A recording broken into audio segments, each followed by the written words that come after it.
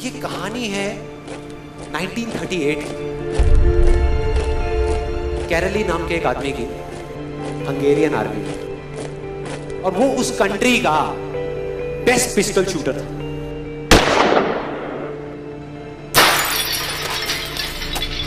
जितनी भी national championships हुई थी उस कंट्री में, उसको वो जीत चुका था। और सबको ऑलमोस्ट कंफर्म था कि 1940s में जो ओलंपिक्स होने वाले हैं उसमें गोल्ड मेडल कैरली को ही मिलेगा। और उसने सालों से ट्रेनिंग करी थी।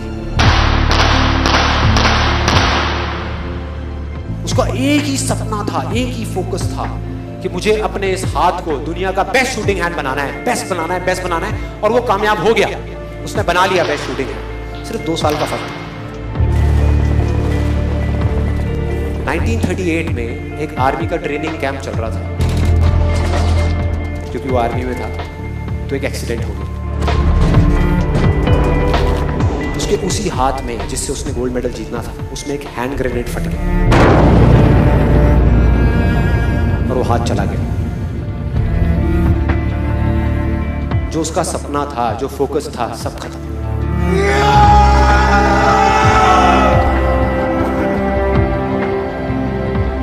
उसके पास 2 रास्ते थे। एक तो ये कि वो बाकी की पूरी जिंदगी रोता रहे और कहीं जा करके छुप जाए,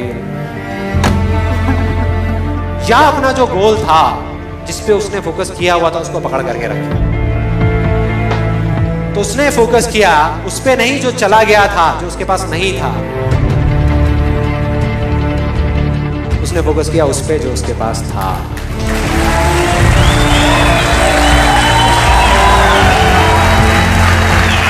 जो उसके पास था, और क्या था उसके पास में? एक लेफ्ट हैंड, एक ऐसा हाथ जिससे वो लिख तक नहीं सकता था। 1 महीने तक उसका हॉस्पिटल में इलाज चला इस हाथ के लिए, और सही 1 महीने बाद अपनी ट्रेनिंग शुरू करती इस हाथ के लिए।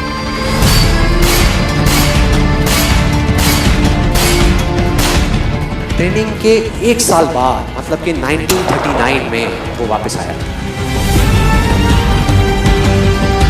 नेशनल चैंपियनशिप्स हो रही थी वहीं पे हंगरी में, और बाकी भी बहुत सारे पिस्टल शूटर्स थे वहां पे। उन्होंने जा करके उसको कांग्रेचुलेट किया, कहा कि यार देखो, ये होता है जज्बा, ये होती है स्पोर्ट्समैन स्पिरिट, कि इतना सब कुछ होने के बाद भी तुम यहां पर आए हो हमको देखने के लिए और हमारा हौसला बढ़ाने के लिए। किसी को नहीं पता था कि वो 1 साल से अपनी ट्रेनिंग कर रहा था लेफ्ट हैंड की। और उसने जवाब दिया, मैं यहां पर तुम्हारा हौसला बढ़ाने नहीं आया, तुम्हारे साथ कॉम्पीट करने आया हूं, तुमसे लड़ने आया हूं, तैयार हो जाओ। और कंपटीशन हुआ। बाकी सब वहां पर जितने भी लोग थे वो कॉम्पीट कर रहे थे अपने बेस्ट हैंड से। ये कॉम्पीट कर रहा था अपने ओनली हैंड से, ओनली हैंड से। कौन जीता? The man with the only hand, कैरली जीत गया।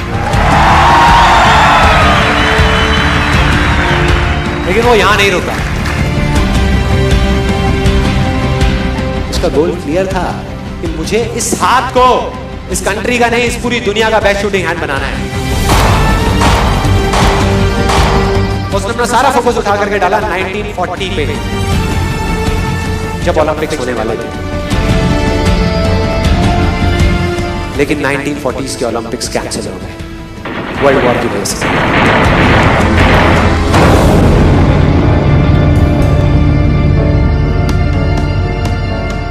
उसने अपना सारा फोकस उठा करके कहां डाल दिया? 1944 में जो ओलंपिक्स होने वाले थे उसके ऊपर।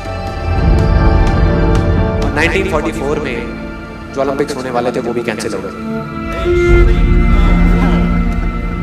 वर्ल्ड वॉर की वजह से। फिर से कैंसिल।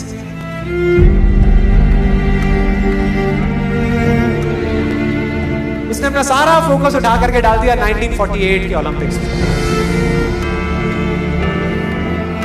1938 में उसकी एज थी 28 साल। 1948 में उसकी एज हो चुकी थी 38 इयर्स।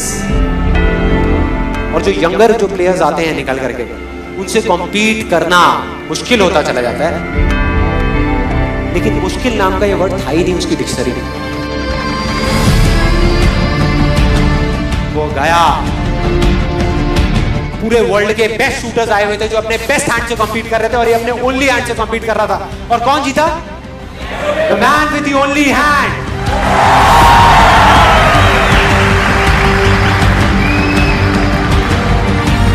लेकिन वो तब भी नहीं रुका। 1952 ओलंपिक्स, दोबारा कॉम्पीट किया उसने, और इस बार गोल्ड मेडल कौन जीता? गैरल ली। 4 साल बाद दोबारा से, और पूरी की पूरी हिस्ट्री को बदल करके रख दिया ओलंपिक्स। इस पर्टिकुलर कंपटीशन में उससे पहले किसी भी एथलीट ने लगातार 2 गोल्ड मेडल्स नहीं जीते।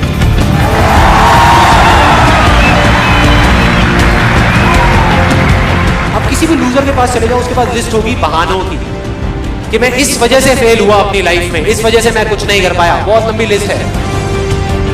और दूसरी तरफ विनर के पास चले जाओ, उसके पास में 1000 वजह होगी वो ना करने की जो वो करना चाहता है, सिर्फ एक वजह होगी वो करने की जो वो करना चाहता है, और वो कर जाएगा।